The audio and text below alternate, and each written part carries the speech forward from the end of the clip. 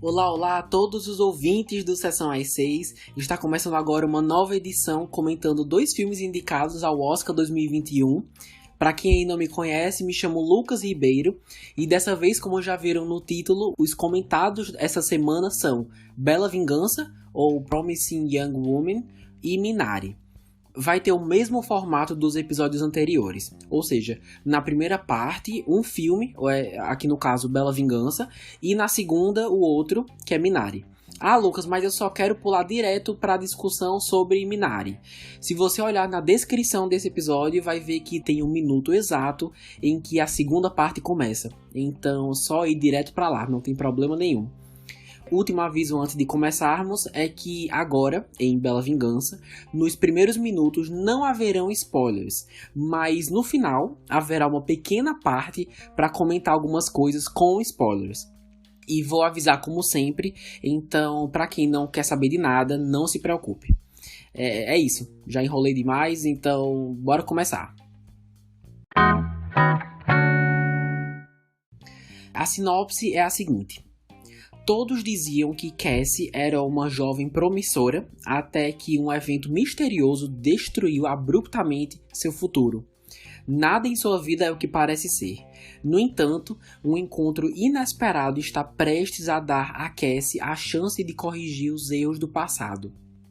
Dirigido, escrito e coproduzido pela Emerald Fennell, e é seu primeiro filme como diretora. Recebeu 5 indicações no Oscar. São elas: melhor filme, melhor direção, melhor atriz, melhor roteiro original e melhor montagem.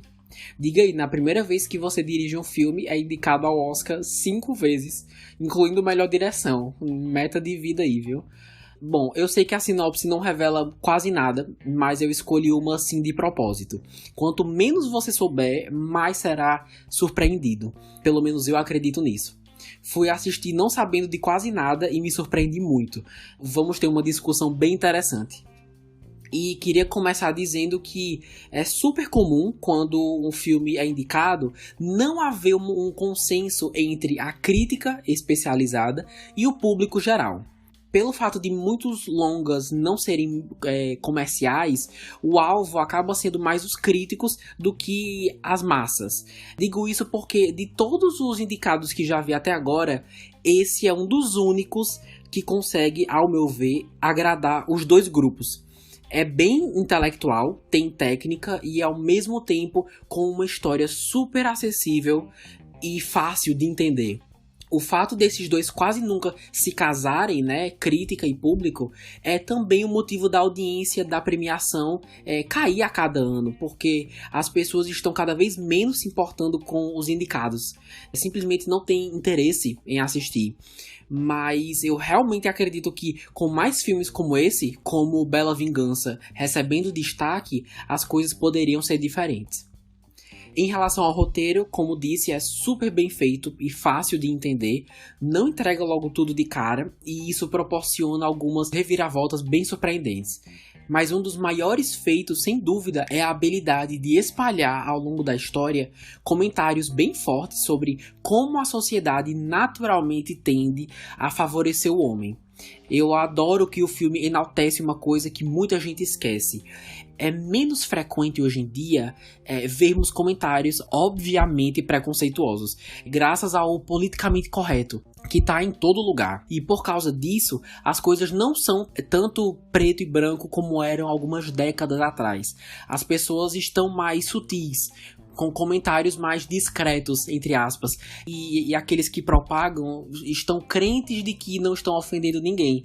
Quando, por exemplo, uma mulher é assediada, é muito comum escutar: olha só o que ela estava usando, né? Esperava o quê? O que eu tô querendo dizer é que é muito fácil deixar isso passar despercebido na nossa sociedade atual, mas não deixa de ser machismo. E o roteiro inteiro fala disso tão bem que devia assim ser uma aula. Muita gente podia aprender com esse filme. Observem os comentários dos outros personagens e vejam como, direta ou indiretamente, a mulher acaba sendo descreditada. Aqui também eu não posso revelar nada, né? Mas só para resumir, a história não tem medo de encarar hábitos ou práticas horríveis que até hoje são propagadas. E fazer isso de uma forma ácida, explorando essa zona cinza e que o ser humano pode ser bem complexo, ao mesmo tempo que faz o público refletir nos dilemas mostrados, eu não conseguiria parar de ver, sabe? Do início ao fim eu precisava saber o que ia acontecer depois e me senti facilmente investido na narrativa. Outros aspectos muito bons que valem a pena ser comentados são a fotografia e a trilha sonora. A fotografia é super colorida, mas varia bastante. Minhas partes favoritas eram com a cafeteria ou lanchonete que ela trabalhava, que a protagonista trabalhava, porque sempre envolvia cores diversas, o design, as paredes, os produtos, os uniformes, é visualmente bem interessante. E a trilha sonora é muito boa, principalmente se você é como eu e gosta de pop. Tem bastante aqui, mas eu destaco um remix bem tenso de Toxic, da Britney Spears. Foi super aleatório, mas eu adorei. Exatamente o tipo de música que eu baixaria pra ouvir no dia a dia, sabe? Fui muito pego de surpresa. Mas agora vamos seguindo para a categoria dos personagens. Na verdade, quero destacar uma só. Carey Mulligan, que interpreta Cassandra, ou Cassie, indicada na categoria de melhor atriz. Não lembro de já ter visto um filme dela antes desse. Bela Vingança é um dos casos que depende fortemente de quem faz a protagonista e como faz para dar certo. Cassie é uma mulher misteriosa que sempre tem um plano. E o que torna isso especial é que, enquanto assistia, eu não tinha a menor ideia do que ela estava pensando. Você não sabe o que ela vai fazer depois. E se fosse qualquer outra atriz, a personagem poderia ter uma característica mais, não sei, arrogante, imatura ou de superioridade. Mas porque foi interpretada pela Carey Mulligan, ela se torna, como eu falei, imprevisível, uma excelente estrategista e muitas vezes subverte as expectativas, porque você acha que ela vai por um caminho e muitas vezes ela vai por outro. Uma coisa também que prestei bastante atenção foi no seu tom de voz, que traz uma serenidade e, dependendo da situação, às vezes até intriga o espectador. É um dos principais motivos pelo qual acredito que, se fosse outra pessoa, com outra interpretação, a personagem poderia ser super diferente. E é por isso que não só entendo claramente porque ela foi indicada, como também estou torcendo por ela. E por falar em personagens, prestem atenção nos atores desse filme, porque algumas participações especiais de atores que vocês devem conhecer, não sei, de outras produções aí, então fiquem ligados. Mas, no geral, Bela Vingança, ou Promising Young Woman, é super interessante. Não foi feito puramente pelo entretenimento, pois tem muito o que dizer sobre a desigualdade de gênero e como isso afeta as mulheres, mas feito de uma forma bem original. Recomendo demais. Não perca esse filme. Atualmente já está disponível nos cinemas, mas com certeza estará disponível em algum serviço de streaming em breve. E mais uma coisa, não tem nada gráfico, mas por ser uma história meio intensa, recomendo também analisar o quanto confortável, entre aspas, você está com temas como violência sexual e abuso. Repetindo, não tem nada explícito, a censura é 14 anos, mas por ser um tema super delicado, fica aí o aviso, para você não ser pego de surpresa. E assim finalizo a versão sem spoilers de Promising Young Woman. Antes de irmos para a segunda parte, queria comentar algumas questões bem rápidas sobre o filme, com spoilers. Se quiser pular logo para a conversa sobre Minari, só olhar na descrição, beleza? Mas é isso aí, bora lá.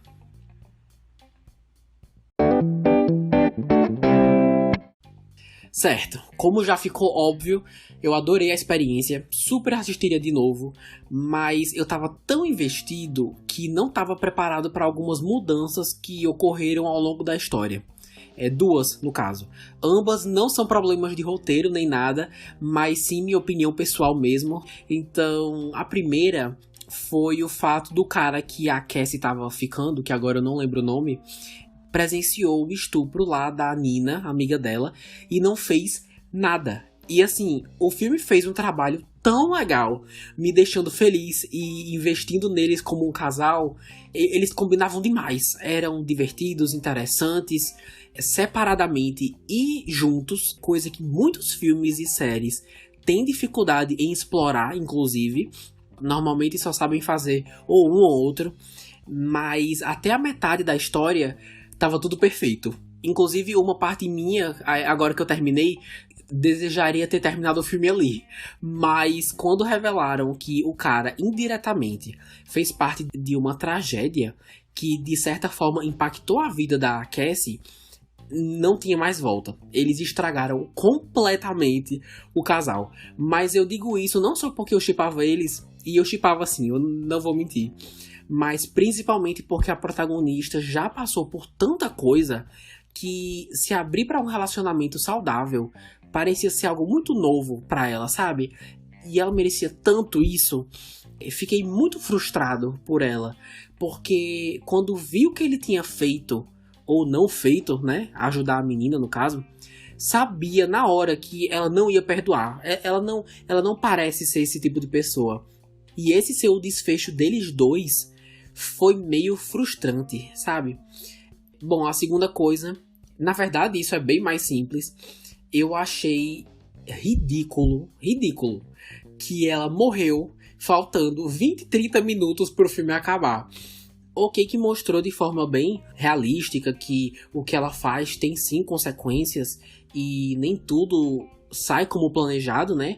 Mas você acabar com todas as chances da atriz que carrega o filme nas costas aparecer de novo, mesmo faltando só 20 minutos, eu senti, sabe? Na hora lembro que passei um tempão sem saber se ela tinha morrido mesmo ou não. Porque pensa comigo, se ela foi capaz de atuar por horas, fingindo que era uma bêbada em bares aleatórios, só pra ver se algum cara ia aparecer e até que ponto ele avançaria nela, na hora eu não duvidava nada se ela levantasse e ainda falasse surpresa, sabe? Mesmo conhecendo ela por pouco tempo, eu acho que ela super faria isso. Por isso que eu questionei muito a morte. Como eu disse, não sabia o que esperar dela. Quando finalmente caiu a ficha, para a diretora decidir fazer uma coisa dessas, ou os próximos minutos vão ser sensacionais, ou vai ser um erro gigantesco. E para minha surpresa não foi nenhum dos dois. Como eu disse antes, nada do que eu falei agora significa que eu não gostei, ou gostei menos de forma alguma. Simplesmente não aconteceu o que eu queria que acontecesse.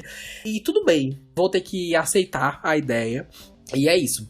Mas, no geral, super valeu a pena ter visto. E entendo tranquilamente porque foi tão bem recebido pela academia. Espero que mais pessoas conheçam. Mas era só isso. Precisava fazer esses comentários, esses desabafos. Então tá aí. E agora vamos dar início à segunda parte dessa edição, comentando o longa Minari, sem spoilers.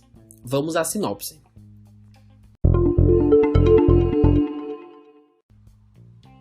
Minari conta a história de uma família coreana que se muda para uma pequena fazenda no estado do Arkansas em busca do sonho americano. Porém, o lar muda completamente com a chegada da avó astuta e incrivelmente amorosa. Dirigido e escrito por Lee Isaac Chung, e no total está indicado a 6 categorias. São elas: melhor filme, melhor direção, melhor ator, melhor atriz coadjuvante, melhor roteiro original e melhor trilha sonora. Bom, eu não tenho tanta coisa para falar desse filme, só que ele traz comentários interessantes sobre o sonho americano, né, e como isso ainda é almejado por tantas famílias, mesmo ele se passando por décadas atrás. Acho que se passa nos anos 80, mas ainda assim é relativamente recente, né. As dificuldades também de estabilidade social e financeira dos imigrantes, e também a dura realidade das empresas familiares de terem que, por exemplo, competir com outras mais industrializadas, mais potencializadas. Isso realmente é interessante, mas assim, apesar disso tudo, Por incrível que pareça, não acontece muita coisa. Dificilmente havia algum acontecimento que dava a entender que as coisas iam ficar mais interessantes. Com Bela Vingança, por exemplo, era só o que acontecia. Mas aqui, quando o filme acaba, ainda tem alguns assuntos que aparentemente são bem importantes para o futuro dessa família. E eles não concluem. Fica por isso mesmo, e é isso. Eu acredito que há tantos filmes fortes indicados que, ao ser comparado com eles, acaba ficando mais de lado, sabe? Acaba sendo esquecido por não estar tão à altura. Pelo menos é isso que eu sinto. Não é ruim, mas não é tão interessante quanto deveria e poderia ser ainda mais. E antes de falarmos dos personagens, fiquei me perguntando algumas vezes enquanto assistia, e eu quero saber de vocês nos comentários do Instagram, @sessãoai6, se você já tiver assistido, claro, se a narrativa tem um problema de foco. Até agora, eu não tenho certeza absoluta, mas eu digo isso porque o comum é um arco ser o principal, né, o foco, o destaque, e os outros ficarem em segundo plano. Óbvio que não é uma regra, né? Nenhum filme precisa seguir isso. Mas eu senti que estava tudo em primeiro plano. Temos aqui um pai e a sua dificuldade em gerar renda com o seu trabalho. E temos também a relação da avó com o neto. E quando um arco começa a dar em alguma coisa, dar algum indício que vai para algum lugar, eles focam no outro. Então eu sentia que havia uma disputa para ver quem era o protagonista, sabe? Mas enfim, não sei se vocês também tiveram essa impressão, então comentem lá. Mas seguindo agora com os destaques, começando por Steven Yeun como Jacob, o pai da família. Ator super conhecido por interpretar Glenn em The Walking Dead, e é de lá que eu conheço ele. É o primeiro asiático a ser indicado a melhor ator, quebrando assim um recorde, né? Fico muito feliz por ele. É realmente um dos melhores personagens do filme. Ele interpreta uma pessoa muito trabalhadora, que tem muita fé no que faz e nos planos para a família. É bem inspirador até, a gente fica na torcida para que dê tudo certo. Não sei se vai ganhar, mas só de ser indicado, espero que isso renda mais projetos futuramente, porque eu adoro esse ator. Mas, como já foi dito, ele divide bastante a tela com mais duas pessoas. Han Jun-yeon, provavelmente pronunciei errado, desculpe, como a avó, Sonja, e o neto, David, interpretado por Alan S. Kim. E eu vi que esse Alan já ganhou um prêmio, não lembro qual, mas eu vi um vídeo dele reagindo que tinha ganho, e foi a coisa mais fofa do mundo. Também me surpreendi pela quantidade de destaque que recebeu na história, do que eu não esperava. Gostei dele, mas o seu ápice é quando interage com a avó, que também está indicada a melhor atriz coadjuvante. Eu diria que esses três, o pai, a avó e o neto, foram os mais interessantes. E eu consigo ver por que foi indicada. Ela tem destaque suficiente para causar uma boa impressão. Traz uma personalidade bem diferente, digamos assim, do padrão do que uma avó normalmente faria. E por alguns momentos, no início, eu tive um pouco de ranço dela, não vou mentir. Mas o desenvolvimento e a relação dela com o David é bem legal de se ver. Inclusive, não sei se quem assistiu percebeu, mas a cada 3 minutos alguém fala o nome do menino. Vocês prestaram atenção nisso? Pense no método para fazer a gente decorar o nome de alguém. Normalmente eu demoro um pouco para decorar nomes de personagens, mas aqui no final, eu podia esquecer de tudo, da trama do filme inteira, mas que o nome do menino era David, nossa, isso aí eu vou levar comigo pra sempre. Bom, antes de finalizarmos, uma coisa que ajuda o filme é a fotografia, já ia me esquecendo. Valorizar a beleza natural das paisagens e as locações foi uma ótima escolha, porque com isso você consegue valorizar o simples sem gastar muito dinheiro, eu imagino. Por isso que aonde você vai gravar o seu filme também é muito importante. Vi também que está indicado a melhor trilha sonora original. Olha, é muito difícil eu perceber a trilha de um filme ou série. Noto mais quando são musicais ou quando são músicas bem conhecidas, como foi no caso de Bela Vingança. Mas aqui eu só notei mesmo nas últimas cenas, faltando minutos pra acabar, com uma trilha instrumental bem bonita, mas foi só isso mesmo. De resto, não lembro de nada. Se quiserem assistir, é o mesmo caso do último filme. Se já não está em cartaz no momento em que esse podcast foi ao ar, vai estar daqui a algumas semanas. A ideia, normalmente, é que os filmes indicados sejam lançados antes da premiação acontecer. Ou seja, dia 25 de abril. Mas, vez ou outra, acaba chegando aqui no Brasil algumas semanas depois. Então, a quem interessar, fiquem atentos. Pessoal, é com essa informação que chegamos ao fim de mais uma edição, e foi o último com análise de filmes de indicados específicos. Ou seja, na próxima semana teremos um convidado especial que vai me ajudar a comentar todas ou a maioria das categorias do Oscar. Vai ser o último episódio temático antes da premiação, e depois dele voltamos no cronograma normal. Então não esqueçam, próximo sábado. E para ajudar o Sessão às 6 a crescer ainda mais, compartilhe esse episódio nas suas redes sociais, indica para algum amigo ou para algum parente que se interessa pelo Oscar. Nos acompanhe também pelo Instagram, @Sessão às 6, e digam lá suas opiniões sobre os filmes dessa semana. Adoro saber suas impressões. Acham que Minari tem um problema de foco? E Bela Vingança? Acham tudo isso que eu falei ou não é para tanto? Comenta lá. Então é isso, fico por aqui, há vários outros episódios disponíveis das semanas passadas, então só acessar. Fiquem atentos para a próxima semana e até lá, valeu!